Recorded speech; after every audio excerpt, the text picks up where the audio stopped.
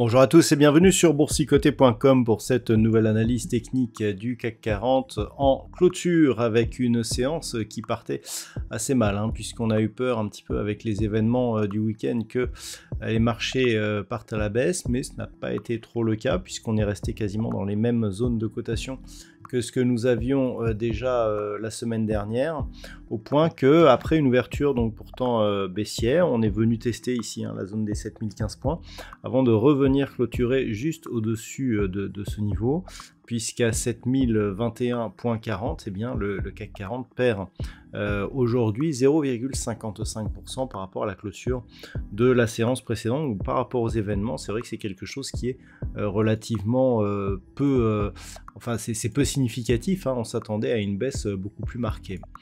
Au niveau des indicateurs techniques, eh bien, nous avons une configuration donc, qui est toujours haussière. Les histogrammes du MACD ici évoluent à la hausse.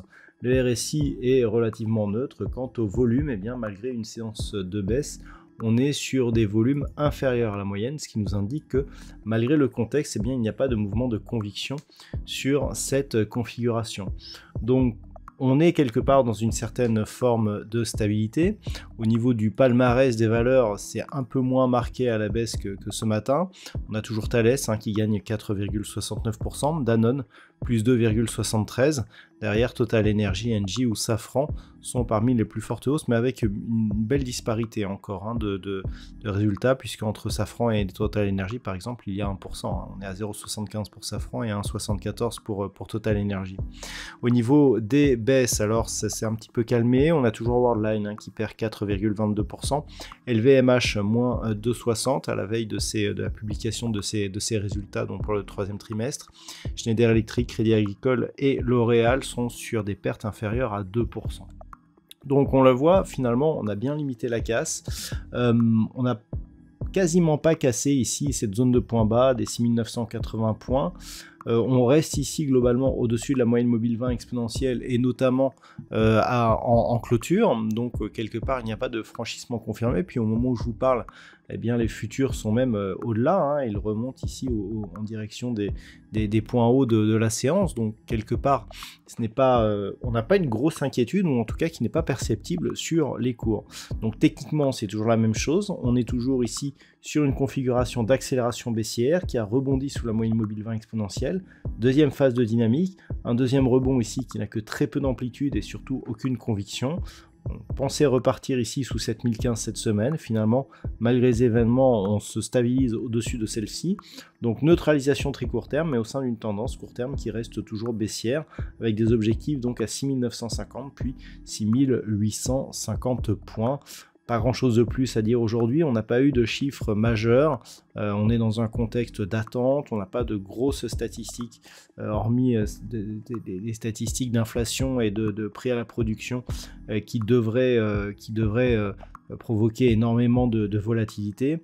Côté de la France, on aura LVMH dans la semaine, mais à part ça, il n'y a pas de grosses catastrophes attendues. On a une ou deux interventions de Christine Lagarde, mais pas grand-chose. Donc, pour l'instant, on se stabilise dans une phase où il y a peu de pression macroéconomique. Les pressions, désormais, elles sont géopolitiques.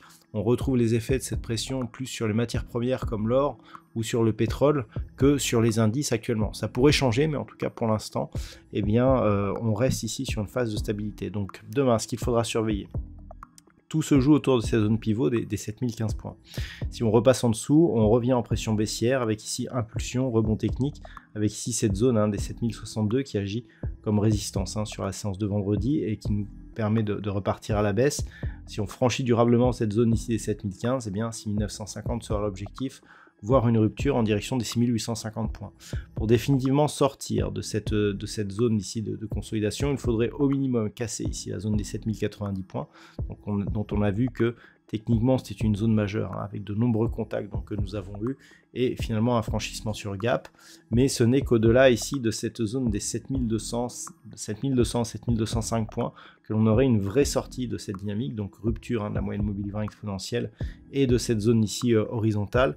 Les points hauts ici que nous avons, s'ils sont cassés, et bien là on sortira totalement de cette dynamique avec même une petite configuration ici, selon comment on trace, qui pourrait nous donner un objectif relativement fiable. Pour l'instant, on en est loin, on regarde plutôt ce qui se passe vers le bas. Attention à cette zone des 7015 et donc à cet objectif des 6950 en cas de franchissement. Voilà ce que l'on peut dire donc pour ce soir. D'un point de vue statistique, nous sommes dans une configuration qui a changé, puisque on a ici une bougie qui refait parler de la baisse. Alors c'est assez indécis pour cette semaine, mais la tendance est plutôt baissière et une baisse qui pourrait donc justement se faire plus pressante en fin de semaine, voire en semaine prochaine. C'est globalement indécis pour cette semaine, mais on sent qu'à terme, c'est plutôt la baisse qui est pressentie avec une conviction qui est assez moyenne, vu le nombre d'occurrences. Voilà donc ce que l'on peut dire pour aujourd'hui. Je vous souhaite de passer une bonne soirée. On se retrouve donc dès demain pour d'autres analyses techniques, toujours sur le site boursicoté.com.